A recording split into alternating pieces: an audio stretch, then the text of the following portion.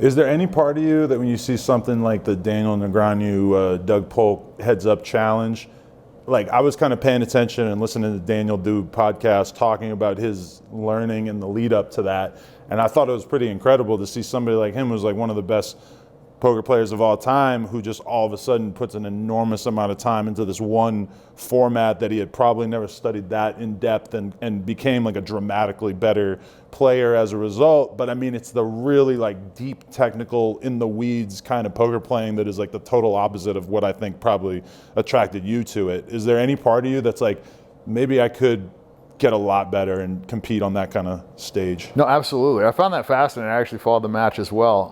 And I knew his Daniel's coaches and I watched his progression.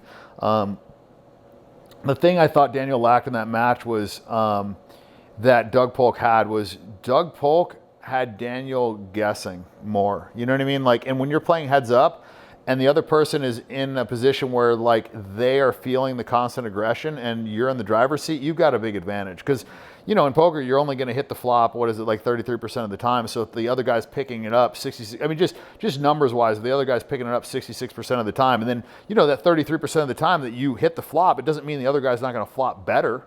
Right? So like if you're picking up all the times when he doesn't have it, and then when you guys both have it and you have it better, you know what I mean? And you're doing the betting and you can get that free card on the turn, and you know what I'm saying? Like you're controlling, like when you're fucking sending your stack in, it's an advantage. Like that's where you want to be. And that was always kind of like my style was the aggression, and then figuring out how people reacted to that aggression and then, you know, tailoring my game accordingly. And, you know, to answer your question, as far as like the mechanics of it and figuring out like the heads up and, you know, in these ranges and looking at it now that the game is, you know, much more solved and you've got, you know, these tools. Yeah, no, I mean, if I was going to get back into poker, I would definitely study the game, you know, and to study it like he did. I mean, I think it's fascinating because when I was playing, the game wasn't solved. Like there wasn't a guru, there wasn't a solver that had the answers. Like there was, the best you could hope for was like Doyle Brunson's super system, you know what I mean? Like, that was what was there, you know? And so like we didn't have any of that. And I think the game was a little bit more pure because of it. But, you know, in the sense that like it was more about people. Now I think it's, you know, it's more about fundamentals and math and like doing the right thing and it's cool. I mean, I think it's long-term probably bad for the game of poker because it's going to make the good players pretty unbeatable. But it's cool in the sense that like you can get a lot better a lot faster, you know? It's hard for me to imagine like teaching one of my friends how to play poker or why they should want to play poker when, you know, I can like say, no, you can't raise that pre-flop. You must fold it. And that just doesn't seem like the kind of game that they would want to play. Yeah. They're like, no, I want to be able to raise a 7 offsuit here. And it's like, no, like I could prove to you using this complex computer program that I don't really understand that you're losing money every time you do that. And that just doesn't seem like the kind of game that would be very fun for the average player. But I feel like I haven't ever really taught somebody to play Hold'em.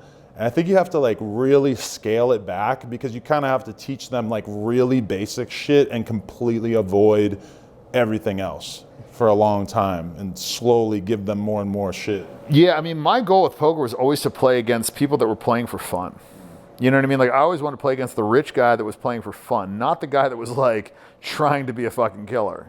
You know, like I wanted to play against these fucking rich guys that were going there to fucking like blow off some steam, fuck with their friends, show a big bluff, fuck some massage girls, like whatever, you know, get out of the fucking house with the wife or, you know, whatever the reason was, just to bullshit with the guys, hang out. Like poker was pretty, like when you're playing recreationally, poker's pretty fun. When you're sitting at a casino with a bunch of fucking grinders that are like, have their headphones that are taking 8 seconds to fold, whether or not they have fucking 7 deuce or, you know what I mean, whatever, then it's like, it takes a lot of the fun out of the game. And I think like part of poker also is keeping the game fun. So people want to do shit like that. Like I think guys like Phil Hellmuth are probably the absolute fucking worst thing to ever happen to poker. You got a guy berating guys for playing bad. It's like, in my games, we encourage people to play bad. We wanted people to make these stupid bluffs and bad calls and this and that. And this fucking idiot's like trying to encourage everybody to play better, to play tighter, and it's just, why? Did you see him in that game with Mr. Beast and all that? I didn't watch the part that it was really controversial. I heard about it. Yeah. I heard about it. But the thing that you got the most shit, I think, for was that he was sort of like berating the play of I forget her name, but she's like a chess master, this one girl. Yeah. And I mean, that's pretty much like the worst thing you can imagine, that this girl thinks she's going to show up and just have a good time, and she's going to have an old pro berating her for making bad plays. Like, what an idiot. Like, what a lack of self-control that he's still doing that shit. I would never in a fucking million years let that guy within 100 miles of my fucking home game. Like, I can't imagine anybody allowing him to play. It's like he literally makes the game fucking worse. And he's the person who has the least incentive to do so. Like, this money doesn't mean anything to you. You could lose $250,000 tonight and it doesn't really matter, but he acts like it's his last $250,000. I don't know that he's that rich. Really? I mean, he's got some money, but I don't think he's that rich. You have to understand, like, a lot of these, you see a lot of this of like, okay, his total tournament winnings, but what that's not factoring in is how many buy-ins he fucking put in to get into all those tournaments. And then the fact that a lot of those big tournaments, he probably got staked where he only had like a 20% free roll, or maybe he sold pieces and he only had 30% of himself, or, you know, so a lot of this is like not actual wins, you know, like for instance, like the one drop, you know, Antonio Esfandiari won that, you know, it's like, okay, so it shows that he's won $18 million just in that tournament, but like he only had a small piece of himself, you know what I mean? So like he didn't actually win. And even, yeah, when you don't count the buy-ins, it's like, this is something that appeals exclusively to stupid people. Like when people ask me, what's the most you ever won? Well, I won a tournament for $50K one time, but it's not like I was even up that year, you know?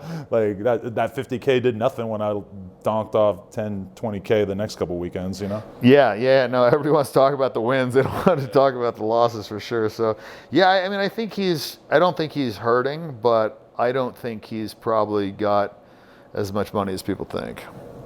How did you end up feeling after that podcast with Doug Polk? Because for the people out there who don't know what I'm talking about, you did like a 2-hour podcast with Doug. If you want to see Dan get mad at somebody and really let loose, that would probably be a good thing for them to consult. Yeah, I mean, I just, you know, for me, he was just kind of like the stereotypical clickbait guy that, you know, wanted to get the views, didn't really care about reporting the news, was willing to, you know, convolute the truth to fit his narrative, you know what I mean, to get him, you know, the story that he wanted, and then basically hide under the, you know, the guise of like, oh, I'm just a journalist. But it's like, no, as a journalist, if you're like taking that approach, you've got, you know, some ethical issues there, because as a journalist, you're supposed to like provide the fucking accurate representation, and he misrepresented. Like, I mean, he literally like chopped up videos to make me like answer a question in a way that I didn't answer the question. And so that's like totally unethical. And so, you know, and he actually was the catalyst for a lot of people thinking that I didn't make my money from poker, you know, which at the time I didn't really give a fuck, you know, and I still don't really care that much. But I mean, because it did, you know, that people thinking that I sucked was what got me into games, and I did like perpetuate that. But at the end of the day, like, well, I didn't even meet you till today, but I can't tell you the number of times that I've mentioned that I play poker, and a random civilian will be like, so what's up with Dan? Like, did Dan make all his money from poker? Like, I have some kind of insight into this? Yeah. I mean, like, the funny thing is, like, I have the wire transfers. Like, the guy challenged me to a $100 million heads up match, and I beat him for 40-something fucking million dollars. Like, most people have never won $40 fucking million in their fucking life. I beat one guy for over that. You know what I mean? Like, so for people to say that I didn't make money in poker, it's like I can point to one motherfucker that I've won more money from than like almost every poker player in the world has won in all these fucking tournaments, right? Like, beat another guy for fucking 10, 12 million bucks. Like, you know what I mean? Like, and then these are just like one-offs, like heads up matches, not counting like the ring game that I ran at my house for fucking years. You know what I mean? Like, I'd have pieces of the good players. I mean, just my fucking tips alone. I mean, people were tipping, you know, 3 to 5% on their wins. So like, you know, we're making fucking, you know, bread just on that. I mean, I was making, you know, $80,000-$90,000 a night just on tips.